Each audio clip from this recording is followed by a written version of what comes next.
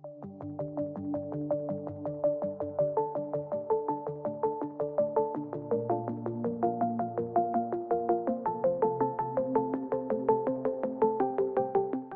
students, welcome to the answer writing program. Today we will be discussing two questions on the static topic from GS2 economy, that is land reforms in India and effects of liberalization on the economy, changes in industrial policy and their effects on industrial growth, and one question would be from the current affair. Let's take an overview of all the three questions. The first is related to land reforms, second is related to LPG reforms, and the third one is related to biofuels and the challenges associated with it. So let's start with the first question.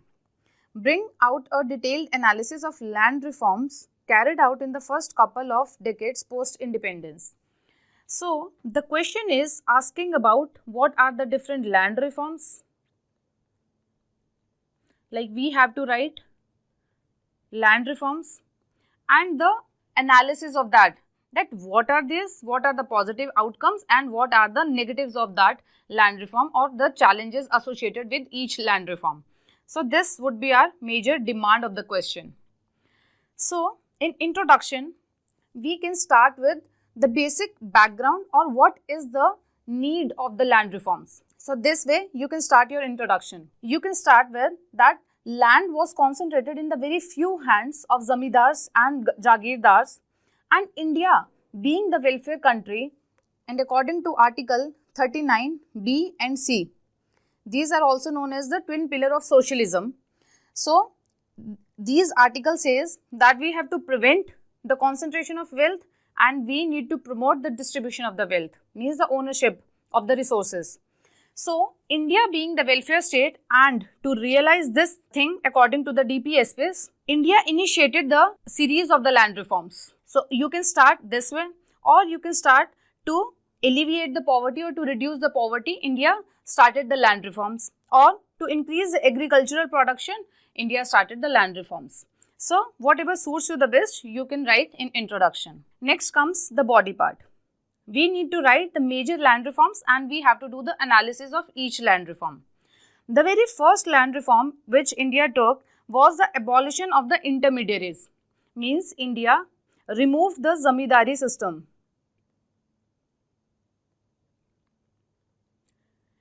It means all the intermediate levels between the cultivator and the government or the state got removed.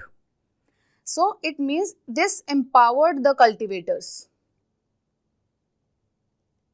They got the ownership of the land.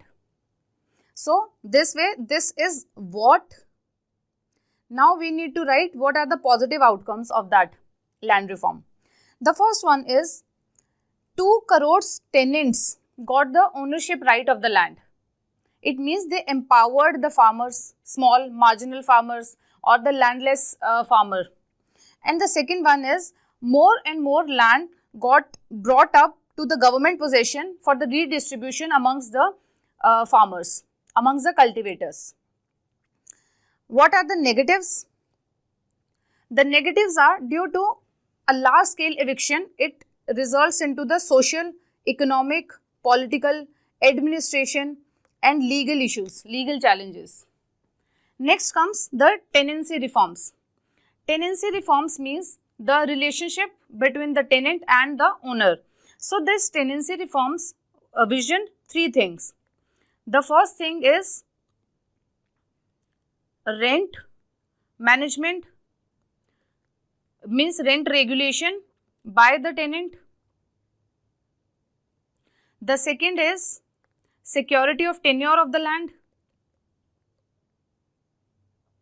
And the third is conferring the ownership right to the tenant. So with these 3 aims, these tenancy reforms were initiated. So the positives are, yes, the rent, earlier it was like 50 to 70 to 85%, now it got to 20 to 25% of the total or the gross production level of the farmer. What are the negatives?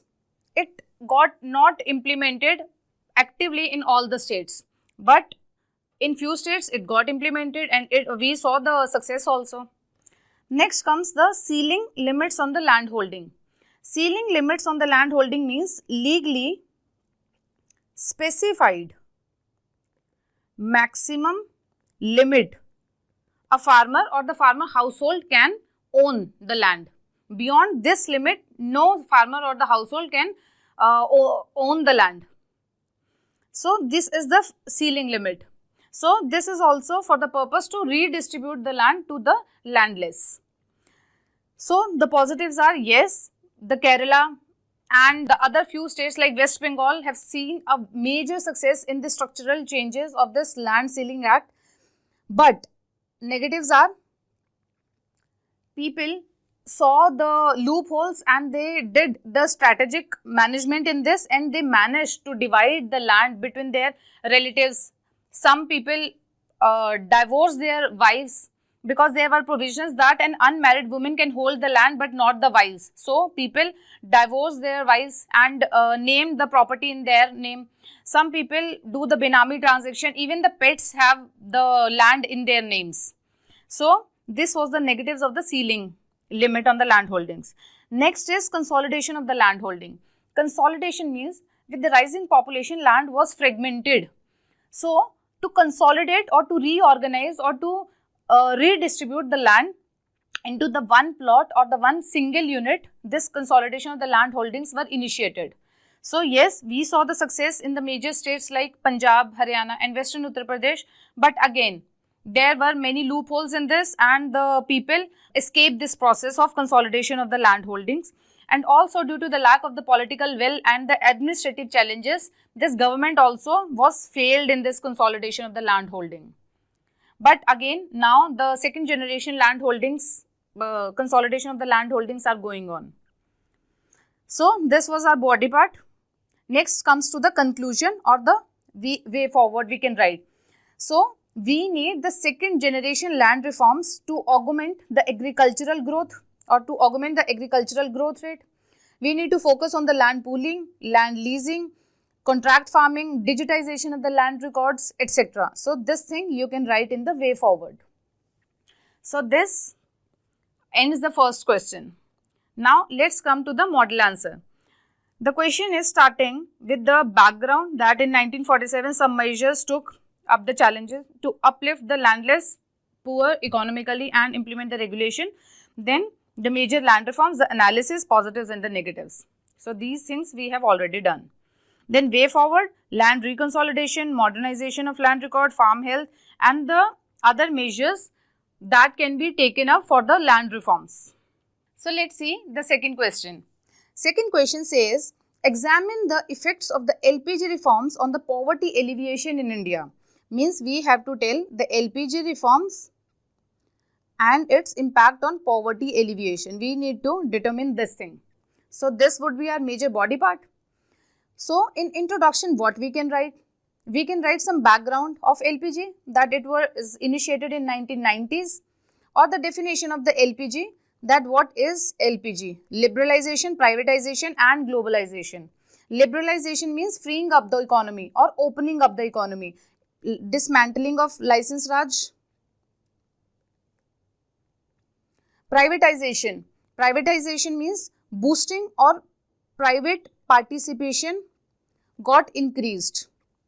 Then globalization means the world is a global village concept.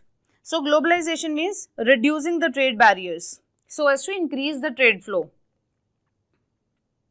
So, this thing you can start your introduction. Next starts with the body. We need to write the positive impacts of the LPG reforms on poverty alleviation. So, you can quote some data that in 1994, poverty rate was 45% and it got reduced to 21.9% in 2011. So, this way you can substantiate that yes, there are some positive impacts of LPG reforms on poverty alleviation. So, let's see how this LPG reforms impacted in alleviation of poverty. So, first thing is, the very major thing due to the LPG reforms is the industrial boost. It spurred the industrial growth. So, due to industrial growth, it leads to the development of the urban centers. Urban center, So now the people from the rural area comes to the urban area in the search of employment. So rural urban migration would be there, and they got employment opportunities or the job creation facilities. When they get the employment, means income level got increased. It means they get the resources for this poverty alleviation. First thing. Second is, with industrial growth comes the small businesses, entrepreneurs and the boost of the industrial sector. So, MSMEs, small businesses, organized sector, IT services in various other domains have come up to give the employment opportunities. This employment opportunities, job creation, income level got boosted, so poverty alleviated. These things. Next is, with the LPG reforms, it opened up the economy via liberalization, privatization and globalization. It means the economic growth got boosted. When the economic growth increases, means the income level increases. Income level increases, it means, or income level also increases and the employment facilities increases. It means they have more resources, it means poverty alleviation. Also, the LPG reforms come up with the FDI. India got the very good destination of the FDI. With FDI, not only comes the funds but also the technology, the good management. So, it increases the competition in the Indian domestic market also. So, with FDI and increases competitiveness, productive management of resources happen. This increases the income level, this increases the employment opportunities, this increases the competition. So, thus increases the poverty alleviation aspects. Next is, with the liberalization and globalization and with the best practices, new technologies, our agriculture sector also got modernized. So, agriculture productivity got increased. So, it benefited the small and the marginal farmers. It means poverty alleviation for them. Next is, with the opening up of the economy or the higher GDP, government also has the revenues, new avenues of increasing revenues. So, when the government has more funds to do the expenditure, it will increase the expenditure on health and education. Now, government will do the target based approach for the welfare of the society. Now, the people would also have more accessible to the governmental or to the welfare aspects. So, this health and education are very important, or all the social welfare impacts or aspects are very important to come out of the poverty trap. So, again, poverty alleviation. So, this way we are done with the positive impacts of LPG reforms on poverty alleviation. Next comes the negative, because we have to examine the effects. So, there are some positive impacts, so there are some negative impacts. As we have already discussed that due to the industrial growth and due to the rural-urban migration for the search of employment, urban centers, there were the growths in the urban center, but it comes with the challenges on the urban infrastructure, proliferation of slums, etc. So, this generates the income inequalities. The second thing is, with the advent of the LPG reforms, India took a shift towards a service-oriented economy. So, the people who were involved in the agriculture, they got a setback because the agricultural share in the GDP also got reduced and there were not so much profits from the agriculture because we directly took a shift to the service-oriented economy. Next is displacement of the traditional industries. With the advent of the competition, the best practices, the technology, it put a setback on the traditional industries, also on the unskilled labor. So, this led to the income inequalities, thus increases the poverty level. So, these are some negative impacts of the liberalization on the poverty. So lastly, in the conclusion, we can write either the summary or we can write some way forward. You can do that although the LPG reforms have done a very good job in alleviating the poverty, but still some challenges exist like income inequalities, some environmental degradation happens. So if we want to make the benefits of the developmental efforts to all the citizens, to all the regions, we need to take a sustainable stance so that the benefits of the developmental efforts reach each and every corner of the India. So this is the second questions. So let's take a overview of the model answer. Model answer is starting with the LPG, the definition and the reforms, the basics of the LPG, the positive impacts and the negative impacts, and finally concluding that although it has contributed to the poverty reduction, but it was not uniform across all the segments of the society. So there is a need to take more efforts to mitigate these negative externalities like environmental degradation, inequality. So this remains a crucial in ensuring that the benefits of economic growth are broadly shared and sustainable in the long run. So this way we are completing the second question. Let's move on to the third question. What are the different categories of the biofuels? So this is the first demand. Second thing is highlight the challenges in harnessing its full potential. Means we have to write the challenges in harnessing its full potential. So we need to write about the potential also. That what is the potential of the biofuels and what are the challenges. So if we write first thing, what are the biofuels? Then what are the different categories of biofuel? The potential or the significance of the biofuel, then finally challenges. So this maintains a very good flow of the answer. So let's start with the introduction. In introduction, you can start with the definition of the biofuel. What are the biofuels? They are the liquid fuels derived from biomass, which can be used as an alternative to the fossil fuel in energy production, in transportation, etc. So what are those liquid fuels? Bioethanol, biodiesel, biogasoline. So this way you can start your definition. Now let's see, and also you can write some context that on the sidelines of the G20, India initiated the Global Biofuel Alliance. It will give a boost to the production and the generation and the usage of the biofuel. Or you can also write that recently Cabinet has approved the amendment to the National Biofuel Policy 2018 and says that we have to advance the target of E20, means 20% ethanol blending in the gasoline. Earlier it was till 2030, now they got advanced to 2025.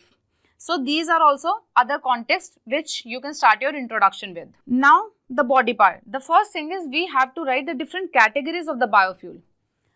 Based on the raw material used to produce the biofuel, there are 4 categories of the biofuel. First generation, second generation, third and fourth generation. First generation biofuels are the biofuels which are produced from the food sources like ethanol from the sugar soybean and the biodiesel from soybean.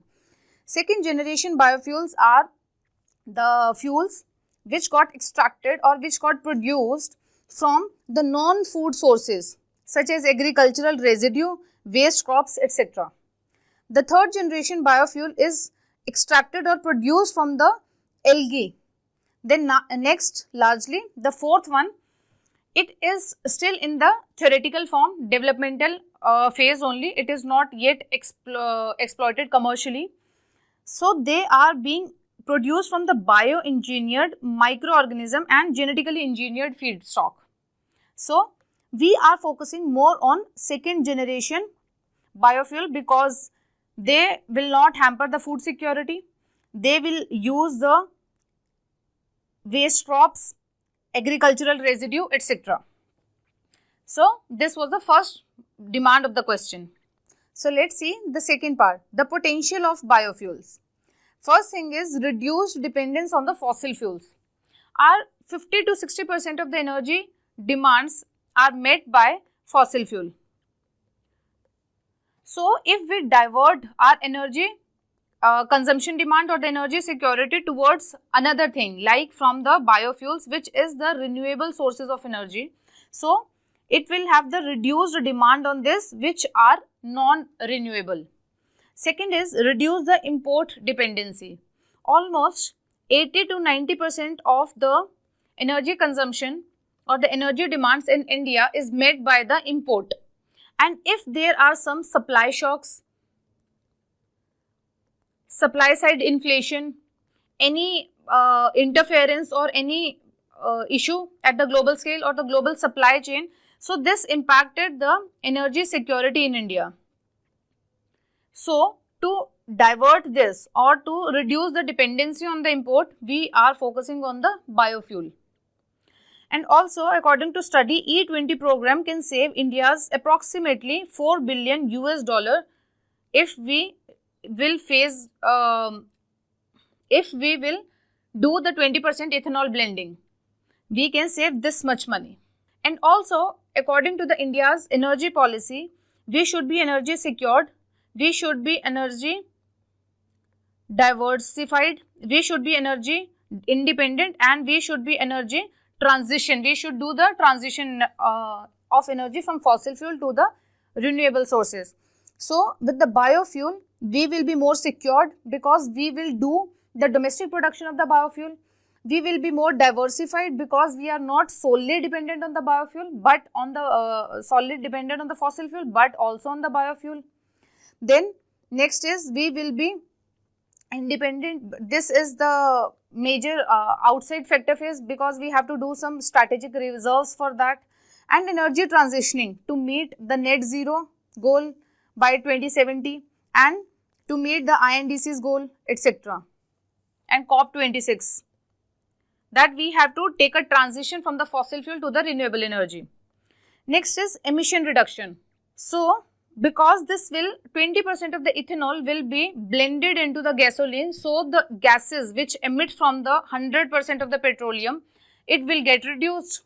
So the emission reduction will be decreased. So this will help in achieving the target of net zero, INDCs and COP26 Panchamrit commitments during the COP26 Paris Agreement, that we need to do the 50% of the energy from the renewable sources of energy.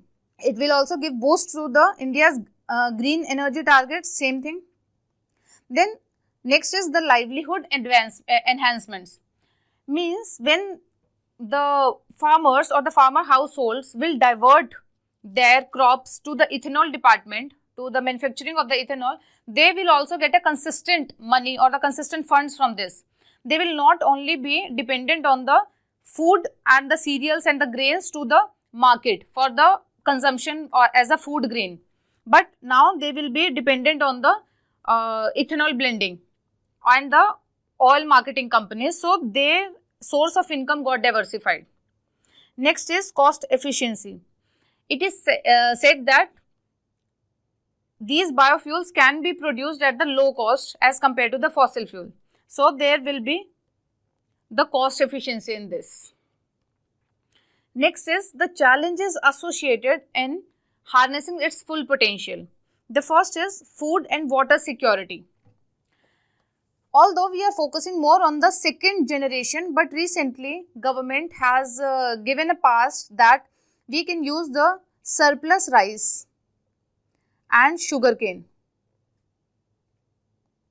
So it can result into the food insecurity, because first thing, in the first generation biofuel manufacturing or the biofuel production, biofuels can be directly produced from the food grains, and the second generation it is dependent on the food wastes. So any hampering in these things will result into the food insecurity and the water insecurity. Why water insecurity? Because the rice and the sugarcane both are the water intensive crops.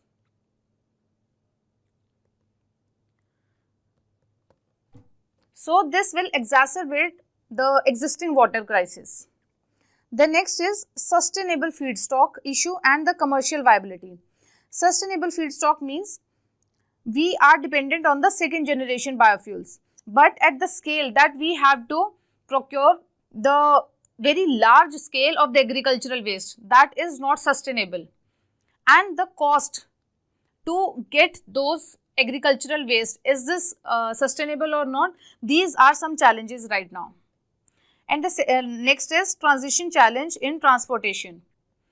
We have to modify the vehicles, existing vehicle, to be incompatible or to take the adaptation of this E20 or the ethanol blending of 20%. So there should be some modifications in the infrastructure of the transportation process. So there are some transportation challenges. So lastly, the conclusion, we can write with the governmental initiatives that although there are some challenges associated with the harnessing of the full potential of biofuels, but still government is taking some initiatives like this that will ease the production, generation and the usage of the biofuels, and also to make sure that the challenges, whatever they exist, they can be easily solved. So first is Jeevan, Govardhan, reused cooking oil, ethanol blending program. So you can write something in one or the other scheme of the government. So this way you can conclude your answer. So let's see the model answer. First, it is providing the definition of the it is providing the definition of the biofuel. Next is they are classified into the fourth generation. Next is the potential of the biofuel and some challenges associated with it. Finally, the conclusion that commercial use of the biofuel still have a long way to go, but still government is taking the efforts like production of the fuel from waste, banning certain food crops for the fuel production so as to ensure the food security, and improving the infrastructure of OMCs for the ethanol storage, handling, blending, to further propel the adoption and integration of the biofuel into the mainstream energy sector. So this way we are completed with the third question also. So this was it from my side. Thank you and have a nice day.